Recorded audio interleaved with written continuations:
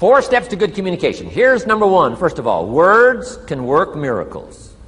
That's why communication is so important. Words can work miracles. Words are powerful. Words are almost godlike. Here's part of the spectacular opportunity as a human being. One person talking to another. It's got so much power, so much potential. A mother talking to a daughter, a father talking to a son, salesperson talking to a client. Nothing more magical and powerful, awe-inspiring than words have the ability to dramatically affect people's lives and futures. So become a good communicator. Let me give you some good keys to good communication. Here's number 1. Have something good to say. Communication starts with preparation. Getting ready to speak this year. Getting ready to speak next year. Attend the classes. Read the books. Have something good to say. Here's 4 good words to help you to have something good to say. 1 is interest. Develop a new interest in people and life and what's going on. Economics and politics. Religion. Social structure. Possibilities, opportunities. Develop a new interest. Here's the next word, fascination. Goes that step beyond interest. That's why kids learn so much that first 6 years. Fascination. And here's another little clue I've learned. Turn frustration into fascination if you can. You'll learn more. Next is sensitivity. You got to understand, we use the phrase, where people are coming from, where they've been, what's going on. Sensitivity training is so important. People not like you, people that have got challenges and problems and difficulties.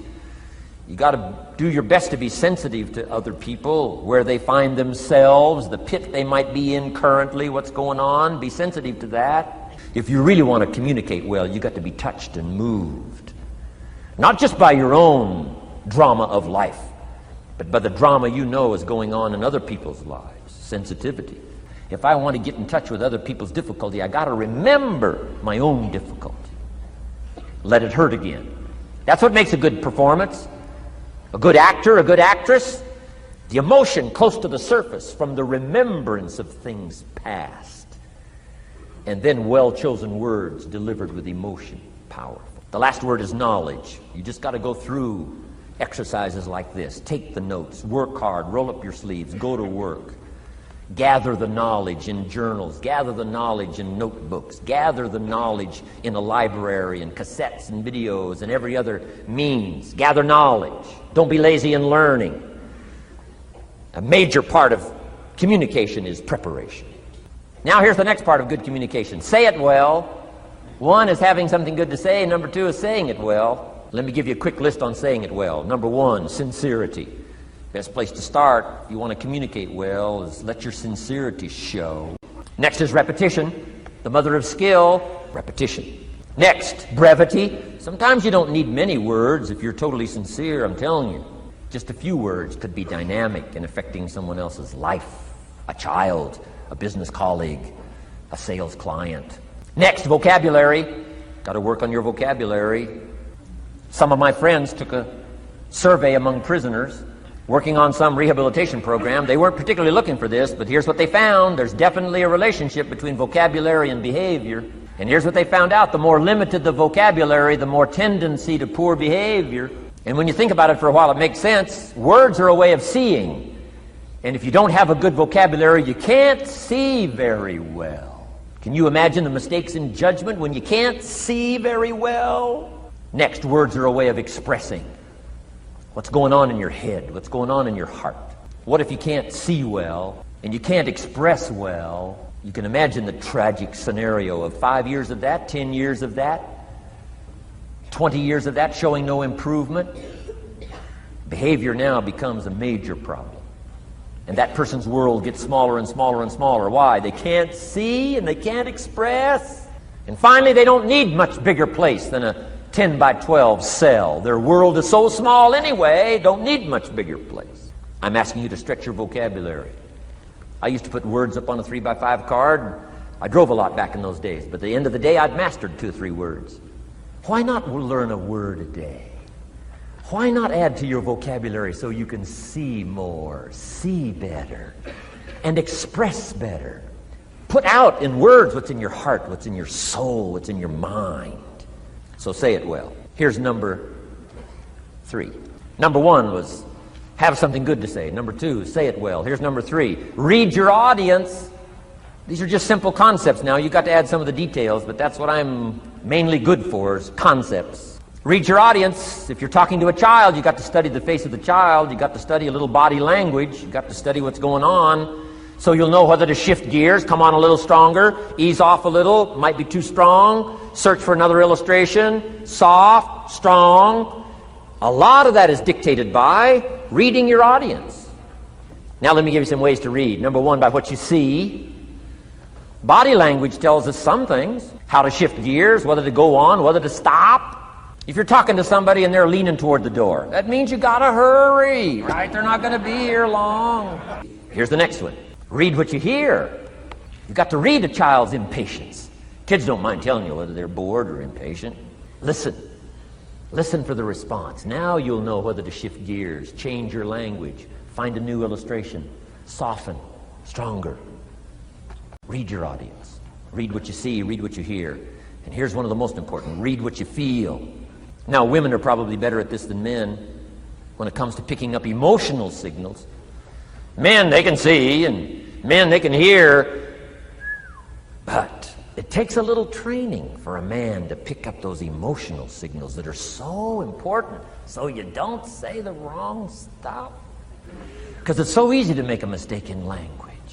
What if you meant to say to someone you care about? What if you meant to say, "What's troubling you?" And instead you said, "What's wrong with you?" So read the emotional signals. But I'm telling you, it's so valuable in communication to be able to pick up the emotional signals as well as what you see and as well as what you hear. It's so important. Read. Pick up the signals. Don't ignore the signals. Develop this personal development scenario, communication, financial independence, and all the rest. Now here's the last part. Intensity. Words mixed with emotion. Words mixed with hate. Words mixed with love. Words mixed with faith. Words mixed with courage. That's what's powerful. Words have a certain effect, but words loaded with emotion have an incredible effect. Here's the best I could share with you. Put more of you into what you say. Don't be casual in language. Don't be casual in words. Casualness leads to casualties on the freeway and in communication. Don't be lazy in learning good communication. And put more of you. Now here's the last thought. The emotions must be measured. It can't be too much for the occasion if it's not called for. In leadership we teach, don't shoot a cannon at a rabbit. It's effective, but you've got no more rabbit.